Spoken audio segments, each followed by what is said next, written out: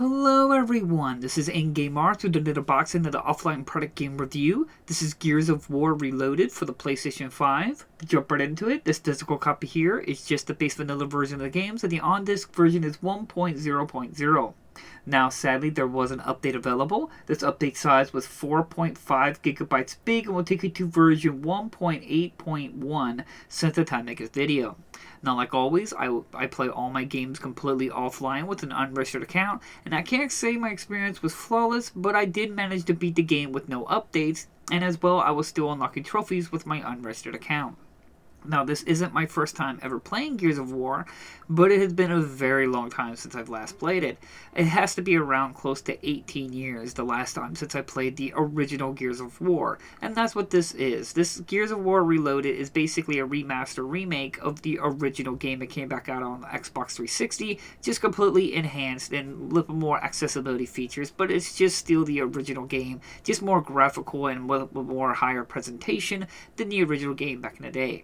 Now, in terms of the experience, it is left to be some desire. There were some hindrances, but the overall game ran at a steady 60 frames per second smoothly. I really didn't notice any massive frame rate dips or anything like that during gameplay. Maybe some minor stutter ones here and there, but so minor I really didn't notice it. But I did notice that the cutscenes were rendering at 30 frames per second. Not the biggest of deal because this is just a cutscene, you're not really playing it, but it's still pretty jarring that when you're going through a 60 frames per second smooth gameplay, and then as you hit a cutscene, it's just 30 FPS. It looks a little wonky when you see it happen side by side like that. Next one is that every time I got across a checkpoint, sometimes I'm running around exploring the area looking for maybe ammo or some of the gear tags or something like that, and computer AI is still progressing forward. Apparently, as they progress, they will trigger a checkpoint, and regardless of how far back you are exploring, that you will be teleported right up to where they are and be at the checkpoint system that they triggered. It's very jarring and disorienting. It happened about 2 or 3 times throughout my experience where I was just exploring, but computer AI was still moving forward. These are my allies and stuff like that. And then they hit a checkpoint, and I immediately teleported from where I was to immediately where they are. It's very jarring and very disorienting. Next one is dumb AI. Not only is your partners are really dumb, your opponents are pretty dumb at times as well. It's not as noticeable because it's kind of hard to tell because the game is designed around to be able to defeat the enemies. So sometimes the enemies does some pretty dumb things like jump out of cover and just be a blind empty shot, be able to take them out really quickly. But it's mostly just your AI partners that's just kind of a problem. Often they're just standing there getting shot. Sometimes they're barely even taking cover, and sometimes they get locked and they don't even run. There was several times where I was supposed to have Dom as a partner, and he apparently gets stuck in some environment back in the starting, and I'm running through the entire section without no backup. There were several times it got so confusing that it was like they were trying to talk, but he's like so far away, it's like I'm talking to nothing. Or as I hit a checkpoint, he just teleports right there because he got stuck, or not really stuck, more like his coding got interrupted where it's supposed to tell him to start running along with me, but instead he's just standing still.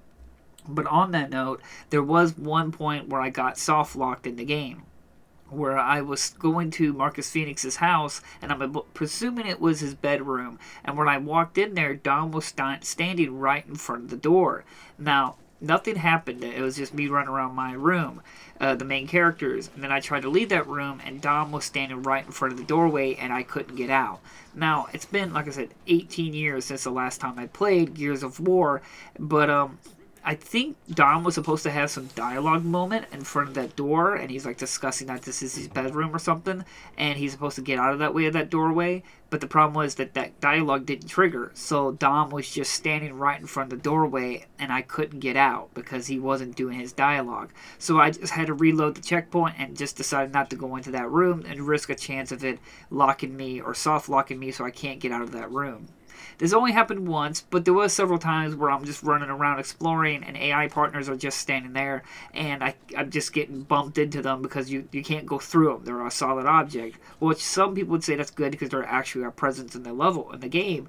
But if something like I was talking about getting stuck, or you're trying to move or dodge, or then computers just happen to be standing that way, they can be very frustrating to have them as a wall. I do believe that there are times when you should be able to clip through your AI partners or NPCs and stuff like that, because it can be frustrating in that area. Next one is that enemy getting stuck. There was a few times where enemy was running in place, like getting clipped onto a doorway or a box or something like that, and they're just running in place. It has more or less to do with those screaming creatures. I don't know their name. I think they're called wrenches or something like that, where they were supposed to be like chasing me, but sometimes they got clipped on a doorway or clipped by a little geometry, and they just kept running in place or just standing there. This did happen few and far between, but it was noticeable. I didn't really notice it too much from the default drone locuses, but it wouldn't surprise me if there's a few times it did happen. I just didn't notice it. Next one is that you probably noticed this at the beginning from the information of the disc. I'm assuming they printed this disc really early, because on my disc version, non-updated, it refers to Gears of War Reloaded as Pender, which is Pender, which I'm not sure what's going on with that. I'm assuming that they just rushed this physical disc print out and they haven't even finished the name of the game onto the disc, so it's just called Pender. I was really weird. I even popped it into my online PS5 to see name install and check if it has any problems, and it installs it with called Pender until I update the game, and then it shows that it's been updated to include Gears of War Reloaded. So that gives you an idea of how little half-assed they did this disc print when they just put on Pender for the name of the game on the actual start screen. So I just thought that was hilarious. It's not that big of a deal, but it just shows the low effort of the physical copies of just like, just put something on the physical disc.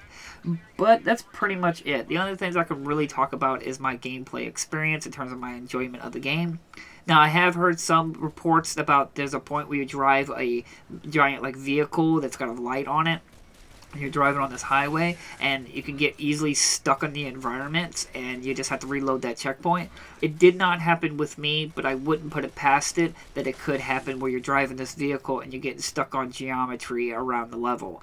Again, it did not happen to me, but I did hear reports from other people that I know who play offline gaming like me tell me about it. Now, on to the game-wise. Again, I don't know how to really go about this. I am not a fan of Gears of War. The only reason I really picked this up was that I had a few friends tell me that the campaign is on the disc and it is playable and beatable. So I was like, okay, fine, I'll pick it up and try it out and get it over with. I am not a fan of Gears of War. I found this game insanely boring. Like, I played the entire campaign. I didn't 100% complete it, meaning I didn't find all the gear tags or anything like that, because I just didn't care. I just don't find the game fun. I was bored out of my mind, and there was still certain mechanics that annoyed me, which was like the running and cover button, where you hold X to sprint, but that's the same button you also dodge, as well as the same button that you stick to walls for cover. Well, there's several times where I'm trying to tell him to sprint, and he will just stick to a wall instead, or I'm trying to sprint, and the camera does this weird jerk, and I'm running in the wrong direction, or I'm trying to dodge, and instead of dodging, he sticks to the wall that's close by. I found it infuriating at times. It just outright got me killed several times because he was doing stuff I didn't want him to do, since they all made this action one button. I remember this back in the original Xbox 360 version, and it was still bad back then, and it's still bad now. In terms of gameplay-wise, as I said, I was insanely bored. There is not much here. It's just a cover-based shooter with little to no gameplay. Now, they do try to introduce like a command system where you got AI partners. You can give orders like attack and defend or follow. And I messed with it a little bit, and I didn't notice any difference in my AI partners. Now, maybe it's a bug, I don't know, but even if it was, let's say, 100% working, I really didn't even see a reason to use it. It was so just minute, because there's no strategy in this game. It's just wait for enemy pops their head out, shoot them with a long shot, if you have that, or just unload them with a gun, and then proceed. There's no real challenge. There's no real gameplay. The characters are boring. The story is boring. Sure, some of the set pieces are nice, and with this updated graphical version, it does look nice, but as a game, it was just, I don't know. I just didn't find it all that appealing or fun, and I still don't know what everyone's obsession about this series is. Now, I do want to put the cards on the table. I did check out split screen. I'm happy to say the split screen seemed to be working just fine off the disc. I didn't notice any frame rate drops or anything like that. but I do want to say that there could be some issues down the road in terms of certain environmental pieces. I don't know. I didn't run through the entire game with split screen, but I did play split screen like one level with my brother, and I won't deny playing split screen was pretty fun. I did enjoy playing the game split screen on couch, offline with my brother. There was some enjoyment in that, but that doesn't really mean much because any game is funner when you get to play on couch with friends or family and stuff. But the point is that at least the campaign is playable on the split screen mode. Again, I want to preface this, I did not run through the entire campaign on split screen, but I did beat the entire game one player. And I didn't notice any frame rate drops or anything like that playing split screen. But again, the experience could vary, I don't know. But it was still great that it's there. Like, we don't get a lot of campaigns now, especially like offline and stuff like that, and then on couch with split screen to play the campaign. So I give you praise for that. We don't get a lot of that anymore. A lot of it's just online or kind of like an arcadey kind of style game with like Rocket League or something like that, or just certain playing against bots or whatever. You can't play the campaign. Well, I'm happy to say you can play the campaign on disc of Gears of War Reloaded, so that's really nice. And on note about bots, sadly this does not include the multiplayer mode in terms of bots. That was something I did enjoy in the original game on Xbox 360. While I didn't really care too much for the campaign mode, I did enjoy playing offline against bots. Well, sadly, you cannot access the multiplayer. It just says you need internet connection.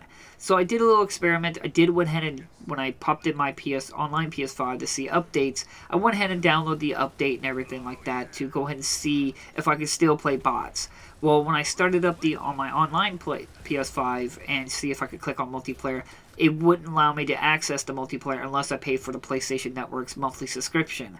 And all I want to do was just play against bots. I don't want to play online. So I don't know if bots are still in the game, but I'm just saying that even if you want to just play normal multiplayer, you will have to pay for a monthly subscription, even if you just want to play bots like I do. So that devalued the game quite significantly for me, because I like playing bots. I know that seems to be a dying thing nowadays, but I like just playing single player against bots or split screen with bots. It's just something I enjoy. I've always loved it back on PlayStation 2 and stuff.